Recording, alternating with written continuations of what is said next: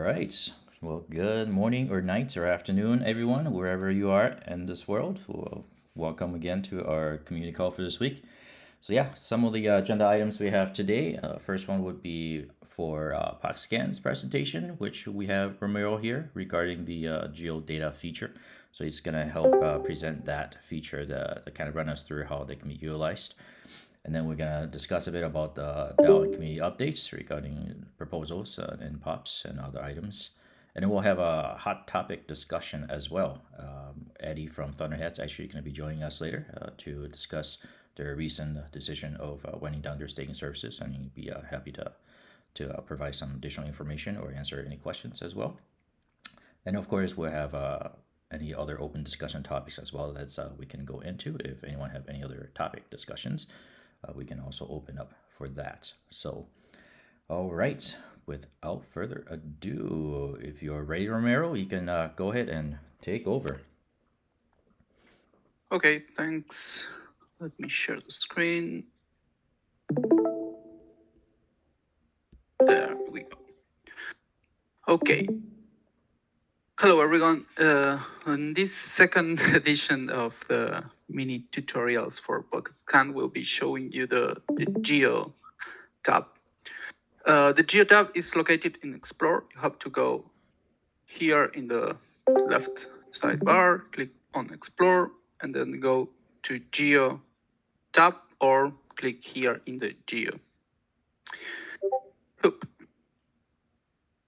This page and every other page that is presenting what we call the Geo Data is actually going to prompt you with a warning message saying that this data is getting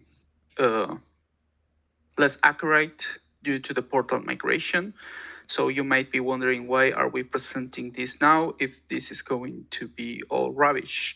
The answer is that we probably when PNI starts releasing publicly the new portal data, we are going to create the same features that we are showing today, because everyone will care about number of relays in a gateway in a certain region, or about the success latency or their success rate. So it's the flow of the page will remain the same once we get updated data.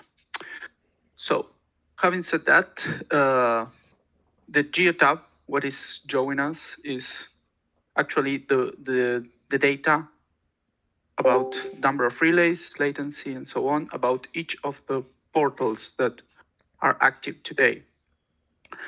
This first graph is showing us the historical data across all the domains. These are all the node running domains, and across all gateways and all chains. Today, it's only the PNI gateways, because Nudis is not giving us data. So we will add him here when he has his own app staked and he starts giving us the data that we need. So we will probably create like cluster groups for each geographical session, and then we will enable you to say, okay, I want all gateways, or only PNI, or only Nudis, and or only other gateways that will come in the future, but this will probably stay the same, and you will be able to select them over that. This graph has historical data about the cherry picker, actually all the geographical data, and it can be customized in a lot of ways. The first one, and more interesting, is that you can change the data range that you show. By default, it just shows you the last 30 days summarized by day, but you can go up to 24 hours summarized by hour. For example, this will show you actual last sessions. These are sessions in the cherry picker data. There are not many, and many are zero due to the portal migration. But no, these have not changed. 1 second. 24 hours. Whoa, weird. apply. Oh, we have no data. Yeah, it's all migrated right now. Well, that's a problem, but it will show you the sessions data, something like it is shown in Pocket Info. But you can also go back, and you could go back as we were able to get data about this. So you can go, for example, up to 1 year ago, on June 27, 2022, up to today, and it will show you the data summarized by day. Give it a second. And here we have all the data that we have, and we think that we are the only ones that have tracked this all in time. It's important to note that there are some missing chunks in the data. There were some problems with the cherry picker data in some periods of time. So there is some missing data that we will never be able to recover, but you can go back up to a year and have the general trend of all the relays in the network. We actually have also all the latencies and all the success rate. We will be adding that shortly, but one important thing to note is that if you want to compare all the number of relays that we have tracked here and compare them to the number of relays that we are showing in the main dashboard, you will see that those numbers do not match. And that's not a problem. That's something that is expected, since not all the relay information ended up in the cherry picker data due to the sampling process. The sampling process of how the reporting process worked, not the cherry picker itself. So this data is kind of lossy. So if you want a total number of relays, you go to the block data. That's the main dashboard. But if you want by region, you can accept that error because we don't have any other source of information. So also an important thing that you can do here is to change provider. Here we're showing all the providers added up, but we have tracked each one of you. For example, we have Ian's. So we can go to PoktScan tools, CryptoNode tools. So we know exactly when Ian started to work. Here it's around this March 2023, and how he processed all his relays. Next, we will add all his latencies and see how he improved his work, for example. And you can also go and select, okay, I want to know only, I don't know, US East, and only on Ethereum. And we go and apply, and it will show us the same information, but only in Asia Pacific East and for the Ethereum chain. So you can customize this a lot. And in the future, we also enable you to see how the latency and success rate improved for each of the node providers. Or you can just select all.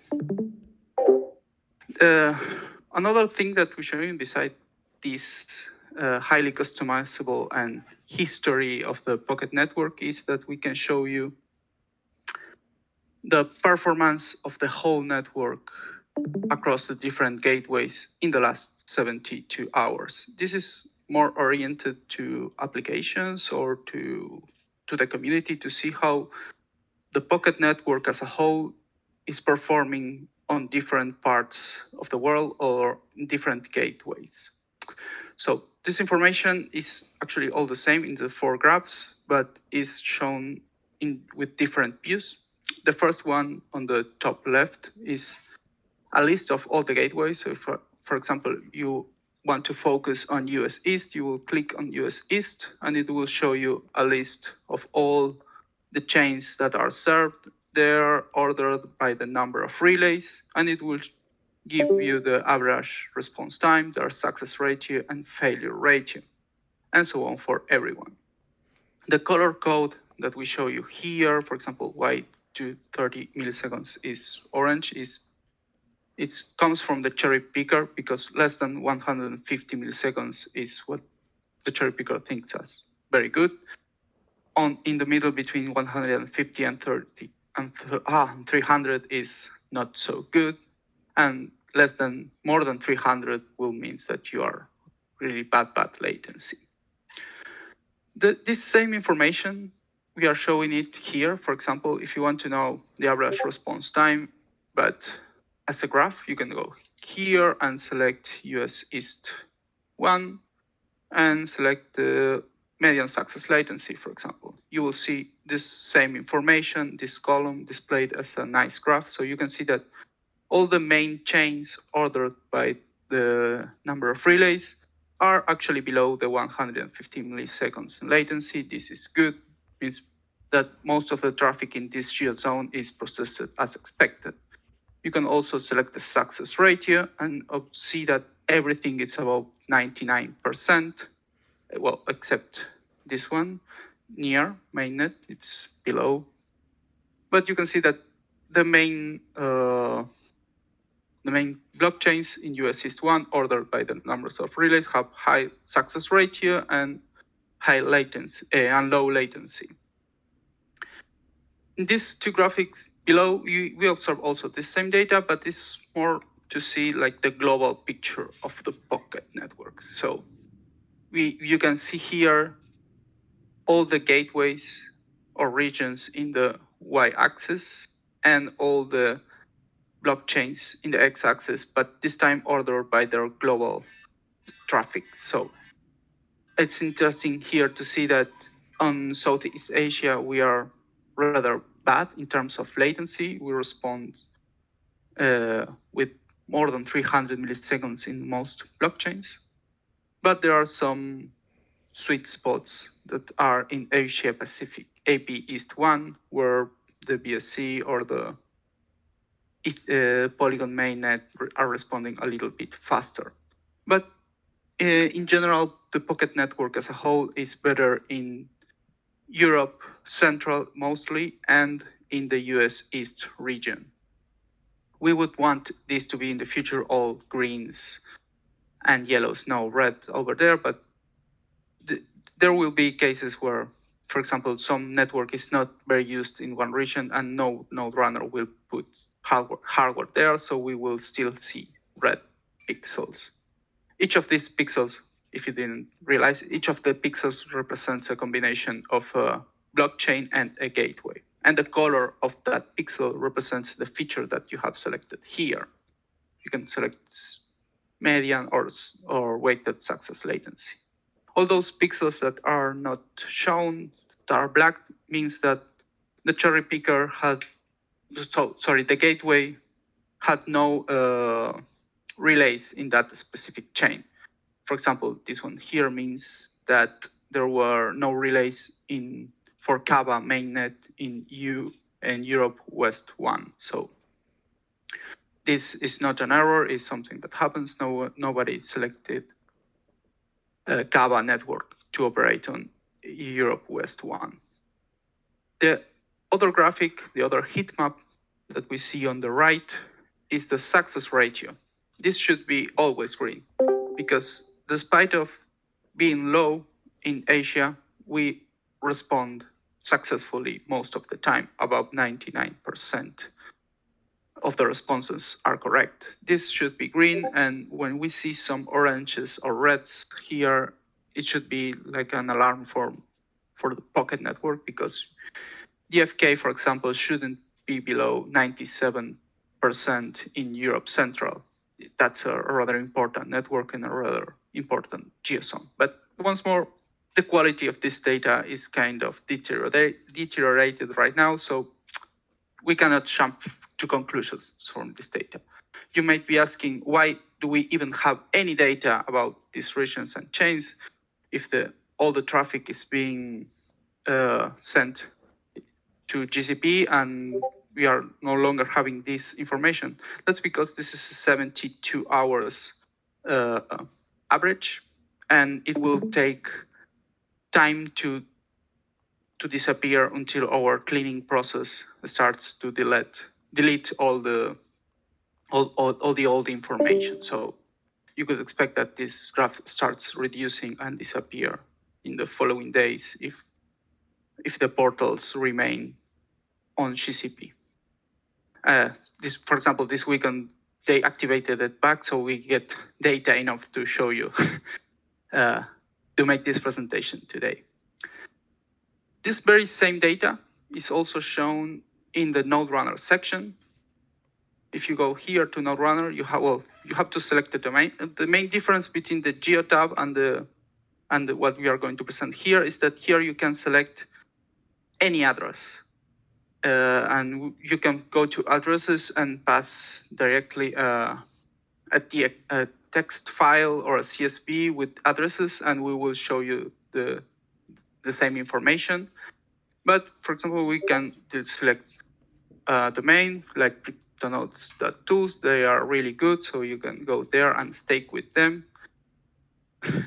So they have their own Geo tab here. And you see that we are showing you only the last four cards and not the graph. Why is that? The Node Runners tab allows you to select any number of nodes, and we cannot track all the nodes in all the gateways for all the chains. The amount of information is huge. For the Geo tab, we are keeping all it's around 100 different number of domains, but we cannot do that for 20,000 nodes. So there is no information, there is no historical information to show, so there is no graph here to show for this provider. If you are interested in a domain name, you go back to the Geo tab that we have just shown and do your search there. But this is useful for selecting a group of nodes. So you have selected your group of nodes and you come here and you say, okay, I want to know why I don't have so many relays in Ethereum, and I know that I am deployed in Europe Central, so I can go to Europe Central and see how Ethereum is doing. This guy is really, really good, 100% success ratio and a really low latency. We can analyze also the same information for here as before, Europe Central. Jorge, why can't I type here? I'm very bad. But well, you can see all my nodes, all my blockchains in Europe Central are really, really good. So because they are all below 150, and if I select the success ratio, I will know, well, I am killing it in Europe Central, and I'm really good at it. So 100%, always, oh, this is really bad. 99.89, that's really low for him. And back here is the same. You can see that, for example, he has all his nodes in Europe Central. You can see this is the greenest bar in the heat map. And he has some other nodes in US East probably, and some in Asia Pacific East. So you can, if you are deploying with GeoMesh, and you deploy in some area, you would expect to see this more green in those areas that you have a local blockchain, and red or orange in others that you don't. So it's useful to see how the cherry picker, the one that's going to analyze, to give you or not traffic, is affecting your deployment. So how your deployment is affecting that selection process. So it's the same information, but you can select random nodes. Also, it's important to note that this information is only 72 hours. So if you stake something or you make some change, you will have to wait a lot until you see the effect reflected here. And this will probably remain the same after any change that PNI makes. And it comes from the fact that if you select one node and you want information about that node, you will have to wait until that node gets into session enough times in order to have a meaningful value for each of these features. So we selected 3 days as a way of, okay, it's probably that in 3 days you enter at least one session, so we have some data to show you. The more nodes you have, the better this data will be.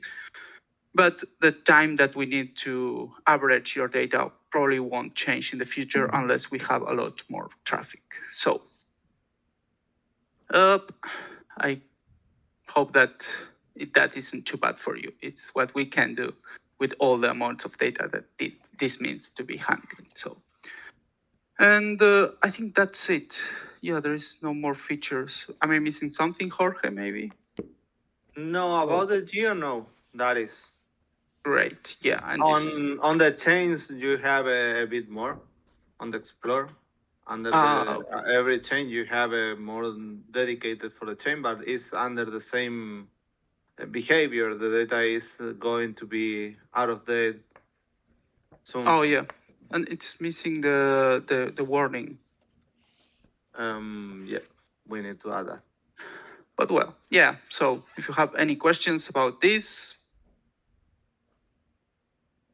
feel free to ask. Thanks, Ramiro, for that. It's awesome to always be able to get a little walkthrough to kind of show us the ropes. Does anyone have any questions for them regarding to this feature?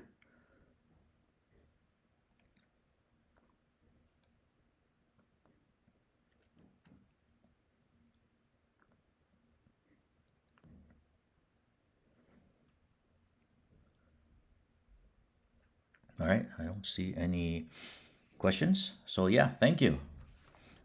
Oh, no problem.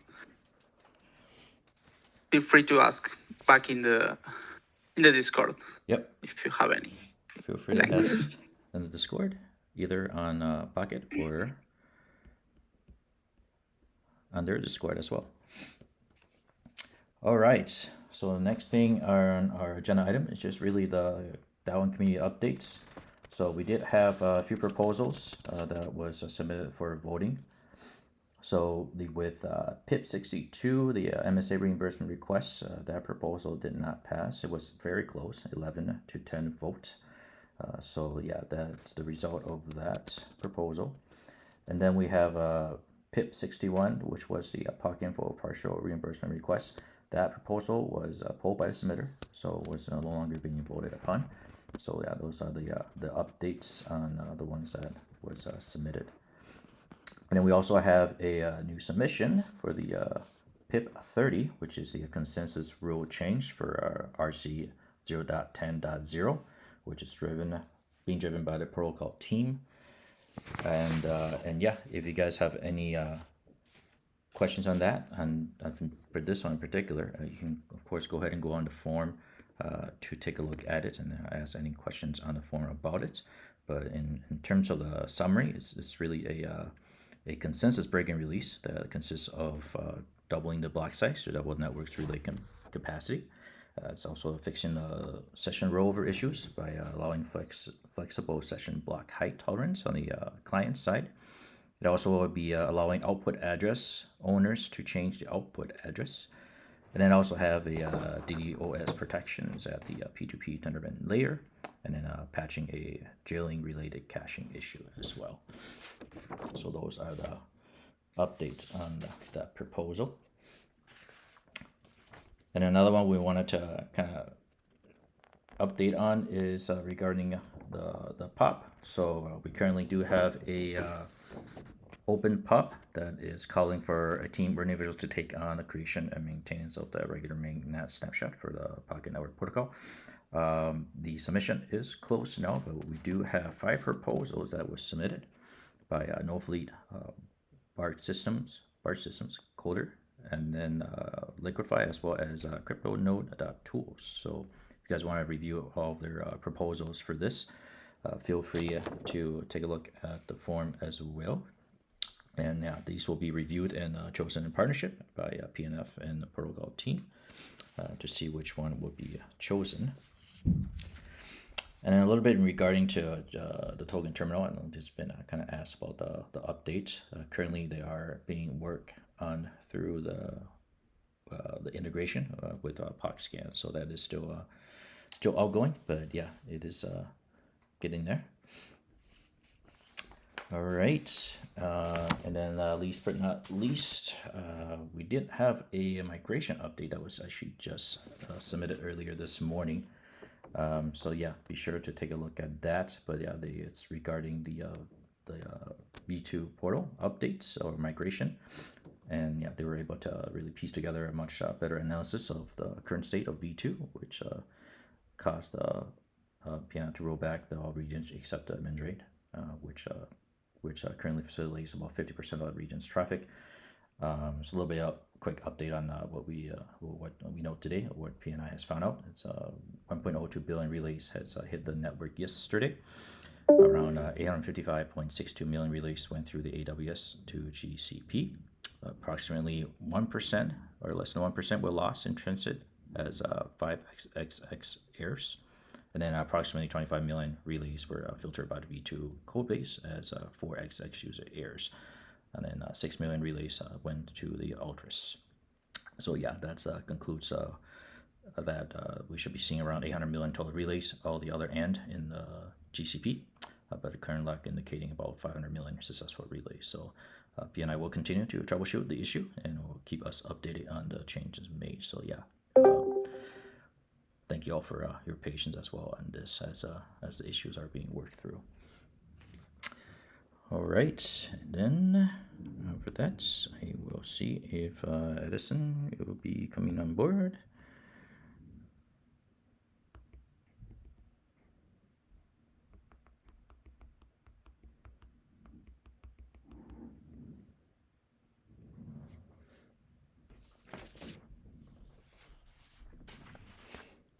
So yeah, as you guys know, Thunderhead has released an updates on them being on them winding down basically their staking services.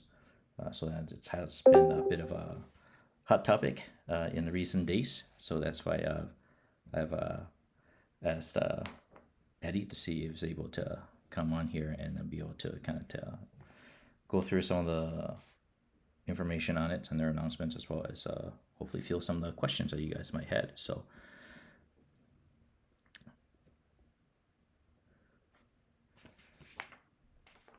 all right, and I believe Eddie is on. So if you are on, Eddie, go ahead and oh yeah, I do see you. Go ahead and if you're able to provide some of the updates, the announcements, as well as maybe give us a little detail on the unstaking process for your current customers, as well as maybe a clarity as well as your Thunderhead's involvement within the ecosystem afterwards too, since I'm sure folks would like to know as well what are you guys going to be doing or in terms of involvement, as well as maybe other areas. And then maybe if anyone have any questions, feel free to ask Eddie as well. So go right ahead.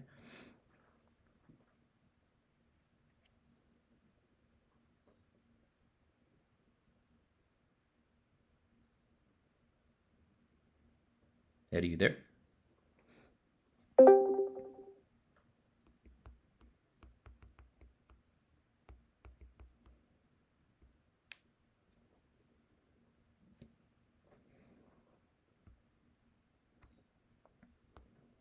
We can't. Cannot hear Eddie.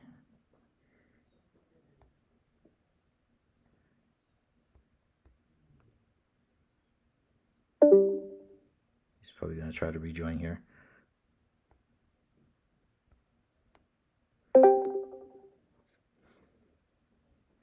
Hello, welcome back.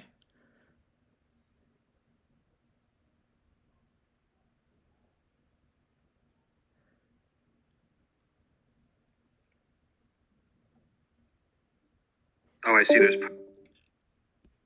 I didn't see the push to talk. That was not there when I joined. Can you guys hear me now? Yep. Okay.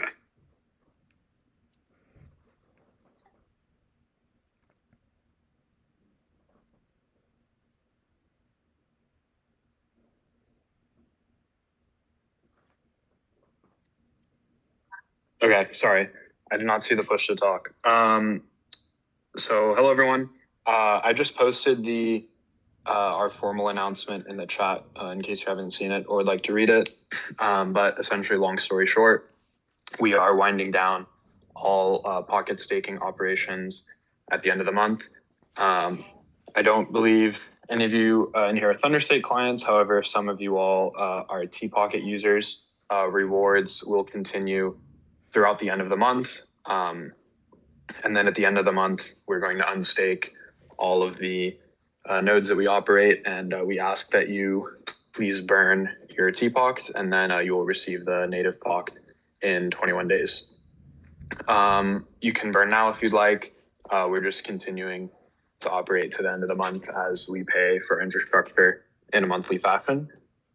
As far as like our other services that we have, Pocket Watch and RPC meter will continue to be running. Pocket Info we're keeping the site up, but its functionality is going to be significantly reduced because of PNI's portal not having the same data exposure as it did in the V1. And then as far as us personally, we all have very large Pocket investments. We remain DAO voters, and so we'll be involved in the community in that capacity. And yeah, I mean, ultimately, we have a lot more Pocket just based on our personal investments than we would ever generate from node rewards. So that is that. The letter I shared provides more color as well. Happy to answer any questions about that if anyone has any inquiries. Thanks, Eddie.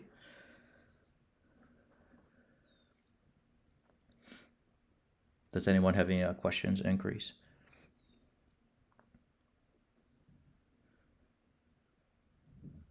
So if people with the T-Pocket, if say after a month, people several months down the road realize that they have T-Pocket that they never burned, is there going to be just kind of some system in the background that just allows people to burn and receive their normal Pocket, or is there a certain time frame window that anyone holding the token needs to burn to get the real Pocket back? Yeah, we're not sure how the claiming will turn out since I anticipate a lot of people to have forgotten. So at the moment, there's no window for the claim period, but I expect at some point we'll like set a window for the claim, albeit it'll be a very long window with frequent updates about that, just so that we can get everyone their Pocket back. Okay, very cool. Yeah, just curious. Thanks.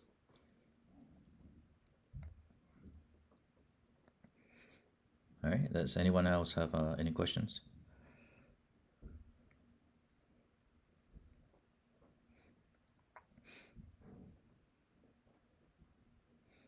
Yeah, we all know Thunderhead has been a long time a no runner as well, so it's sad to see them closing that service. I have a but- quick question. Yeah, go ahead. If possible. You're saying that the current trend and the future economics are not sustainable for your business. Can you elaborate a little bit about that, and at least to see if this only for your business or could be also something for other businesses? Sure. Yeah. So now at current rewards and price, we basically make just enough to pay for the infrastructure. And then depending on whether the price is like at 5 cents or 3 cents, it's losing money versus making a little bit. So at current stage, it's just like kind of we pay for it in opportunity costs with like the time of maintaining it, which is small because it's like doesn't require a huge amount of maintenance, but it's just it ends up being quite a lot of time and mental capacity. But moving forward with inflation, the next proposal is to lower inflation down to 5%, which would effectively cut the emissions per day by about, I think it's like 60%. That just makes the economics not really feasible to build an entire business around with 3 paid employees. So just doesn't make a ton of sense in that regard. And then additionally, I mean, the whole point of lowering inflation is for the network to meet an equilibrium of emissions to node operators. And so ultimately, that's kind of like the whole point of that economic lever, is to change the amount of infrastructure that's provisioned on the network. And Pocket probably functions completely fine with like 5 to 7, maybe 10 different node operators on the network. And currently we probably have 30 or 40 or even more. So yeah.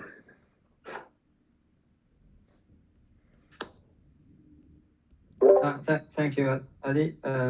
It's just a little bit worrying. I mean, because I know you have another income stream coming from TPOCT, and still you're saying that. So what about the other node runners that only rely on their nodes? Yeah, well, TPOC's, I mean, it's essentially the same revenue wise as if it were to be normal nodes. I think at current prices, I don't think anyone's making any money outside of just paying for infrastructure costs, unless you have like 100 million plus stake, then maybe you're making a little bit above infra costs. But when you include like human labor and time involved, I'm not sure that many, if any, are profitable. Those just the ones that are just doing Pocket stuff. Obviously, if you have other networks, then you'll be okay. So. All right.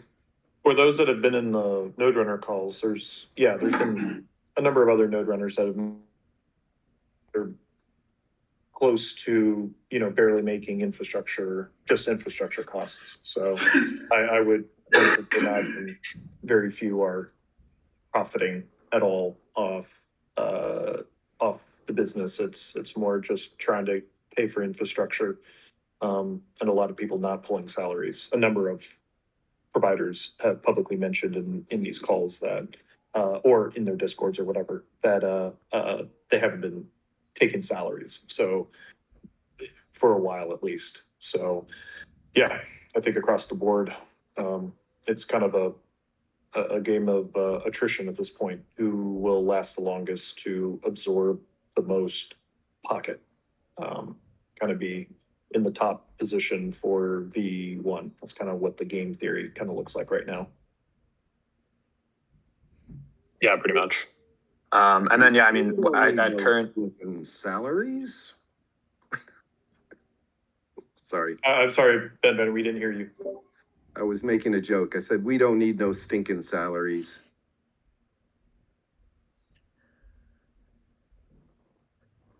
Hear, hear.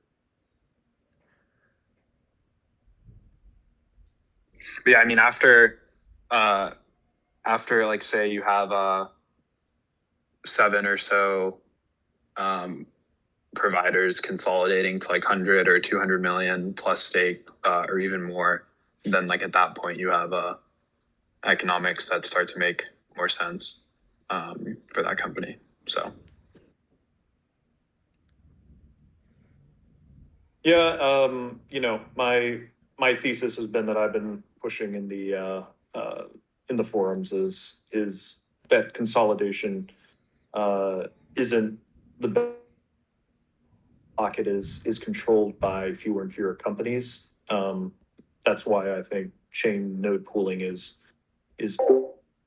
a better solution, because it distributes cost from multiple providers into a few chain nodes, versus every provider running their own chain nodes and running an expensive infrastructure cost. So I would rather see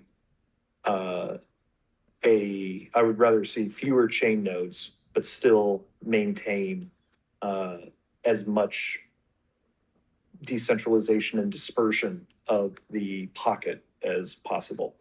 And so there are definitely some that make the point that consolidation, is better for the network, but I don't see how that really, I don't really see that as the case. I just think the being able to pool resources together is way better than consolidating the Pocket on the network into fewer and fewer hands.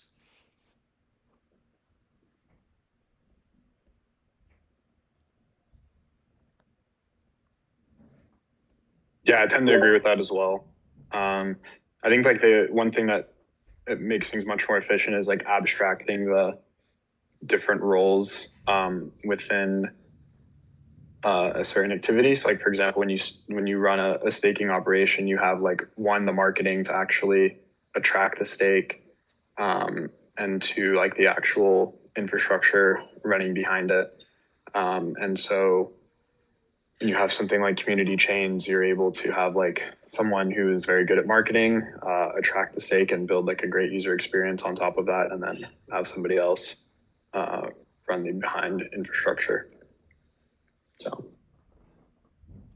I mean, I think building off that, where there are unique to certain. T-Pocket was definitely one of them. Very unique kind of mechanism in the ecosystem, and so that's why I think it's a huge loss, because it's a unique mechanism that and a unique user experience that's now being lost because the cost of infrastructure. Now, in public chats, in send nodes, in their both their Discord and in Telegram, they've mentioned that they're trying to figure out what the future looks like, and that's a unique staking mechanism as well, right? They're the send nodes or the send wallet, and so, anyways, that's where the fewer and fewer options that there are for people to have unique user experiences that are tailored to whatever their desires are or whatever their tech. As we happening is it's a consolidation of experiences to where you only have a few experiences, and most likely they're all going to be very similar experiences, right? You're not going to have these unique mechanisms, which that's why I think anything we can do to at least at this point preserve the amount of experiences that we have is a benefit to the whole.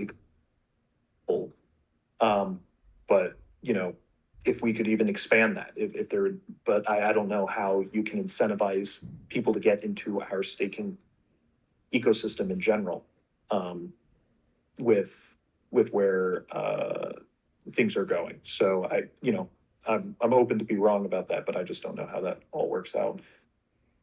But regardless, I think Addison, what you were saying is spot on, and I really think it's a loss that T-Pocket is going to be shutting down, because that was a very unique user experience, and so kudos to you and your team.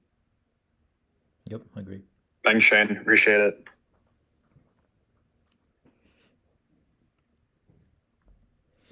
Does anyone else have any thoughts around that?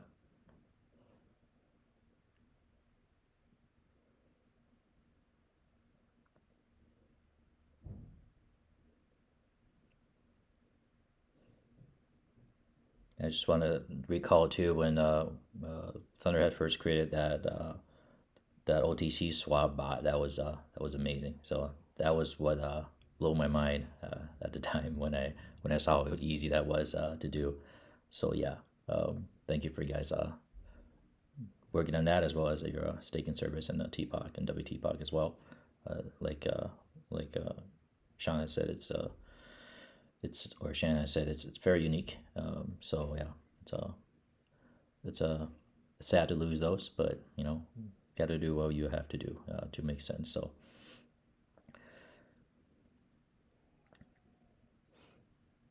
Right. Yeah, thanks, Ming. And then, oh, sorry, I didn't push to talk. I was just gonna say, on a broader note,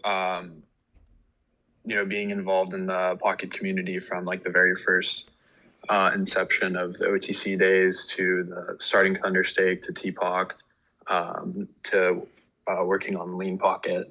I would say that all of those things have been really great for me personally and professionally, and developmentally for me and all of those on our team. And I speak for Pierre, Sevi, pretty much everyone there, about all of these things. So we're very thankful to all the support from all of you guys. And yeah, we, although our staking is coming down, we hope to remain involved as community members, because we still are very positive about the future of Pocket. So if anyone ever has any questions about Pocket or what we're working on or anything else really, even completely unrelated to crypto, always feel free to reach out and I'll be there. Awesome. Puck News did also ask, is there a possibility of a comeback if the economic landscape changes for Thunderhead? Yeah, we've been thinking about it. Probably so. I mean, if it starts to make sense, obviously there's lots of friction associated with getting everything, all the stake back again. But yeah, for sure. Awesome.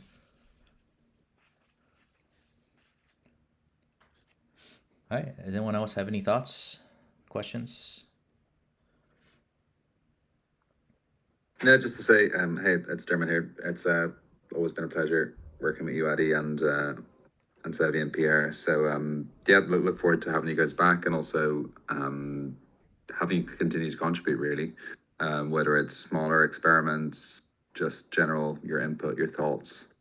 We realize, as we may go on to discuss, that the inflation cut is painful, but I think it's clear that it's not just the inflation cut that's causing this. You know, there's lots of different things going on in the broader Pocket ecosystem, and there's a lot of things we're working on to resolve them. But I think it's going to take a little bit of time, right? And there's plenty of opportunities, and ultimately there's a big road ahead, and we're very excited all very optimistic about the future. So we just hope that you guys kind of pivot or maneuver into a new form or new shape, really, in terms of how you can actually deliver the most value to Pocket, while maybe for now no longer being a staking operator, but who knows what next you'll be building, or what insights or upgrades or anything else. So yeah, thanks again for your service and your support and general enthusiasm and everything else you guys have been doing. But I'd like to think it's very much not going to be the end.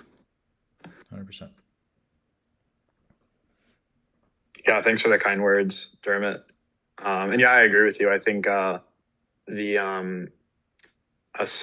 winding down the staking is not going to be the end of our involvement. And I also think some of that kind of is solving some of the pain points of the network as well. So.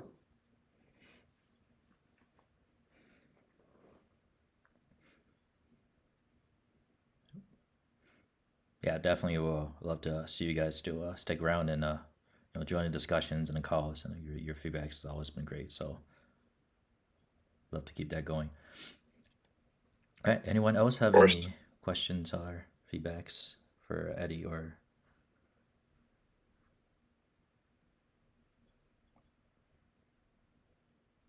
Okay.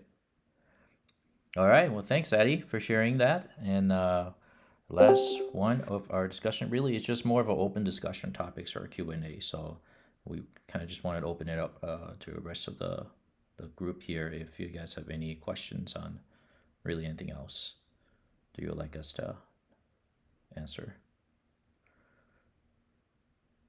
Or just quickly, I just wanted to say thanks, Ming, for having me on, and thanks to everybody else here for all their support and helping us do what we've done so far. So always feel free to reach out if you ever need anything. Definitely. Thanks, Eddie. Thanks, guys.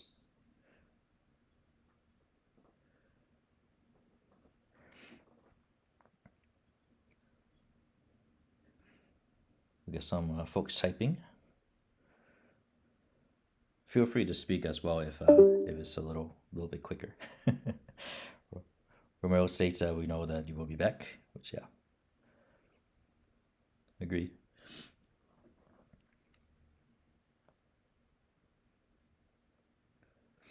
Right. Any other questions for us? Any updates on the PM role? Dermot or Jack, are you able to provide anything regarding that at this point?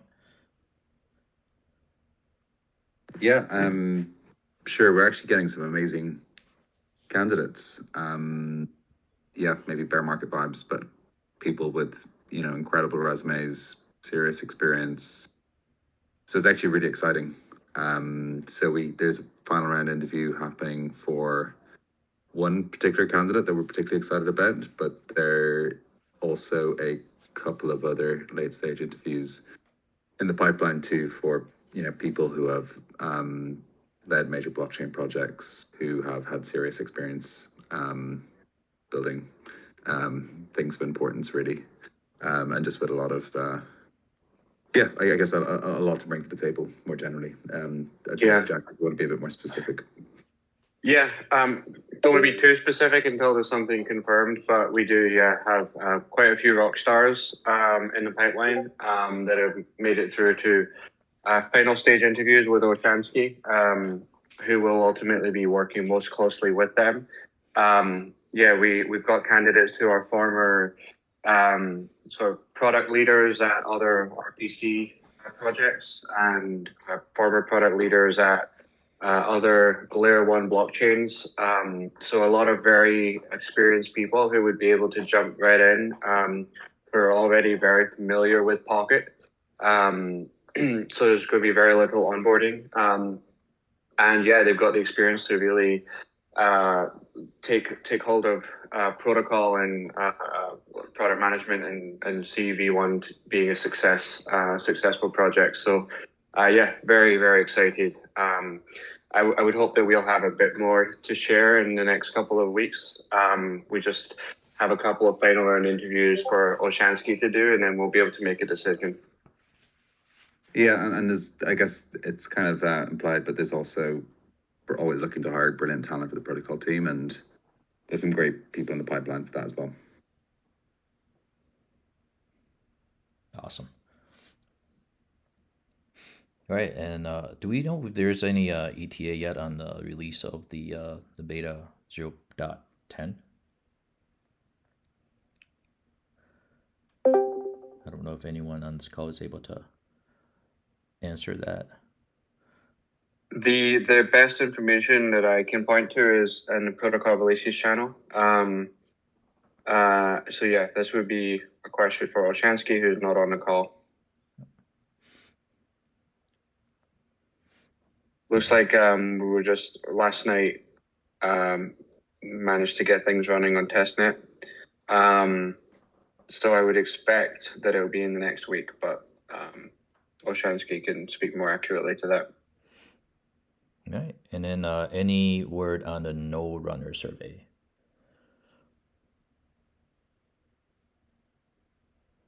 Yep, that's coming imminently. And there's a couple of people in my DMs who I need to reach out to as well about that. So, yep. Awesome. All right, is there any other questions or feedbacks?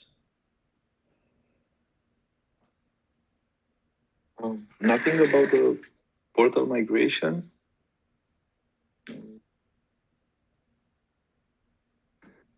Updates besides the one that we saw in Discord. Hey, Andre, I certainly can't speak to that, but I know that there was a Node Runner call yesterday, which did have Mike and Fred and Art on it, I think. And that was the latest on the updates. And I know Fred gave an update earlier, but yeah, obviously, I don't know if anyone from P&I is on the call that can speak to that now. Otherwise, we know that they're working through the bugs, and clearly there were mistakes, and I think they pulled their hand up and admit that even early communications weren't ideal. It sounds like they're getting closer to an answer on the final steps, and certainly it's getting better. But yeah, I cannot speak to the latest on that because obviously we're not at P&I. Yeah. Okay. If anyone else wants to speak to that, if they have more real-time information, please do jump in.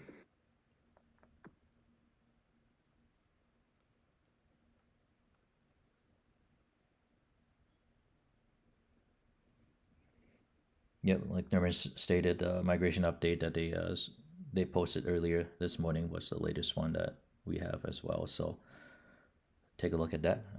I share a bit about that as well earlier. So I think that's all we got for now. All right. we are on the top of the hour, so I think we can go ahead and start wrapping this up. Anyone else have any last questions? Looks like George is typing everything. Okay, thanks everyone. All right, so we'll go ahead and wrap this up. Thanks everyone for joining our call. And yeah, thank you, and see you guys again next time. Take care. Thank you. Bye-bye. All right, thanks all. Thank you. Thank you.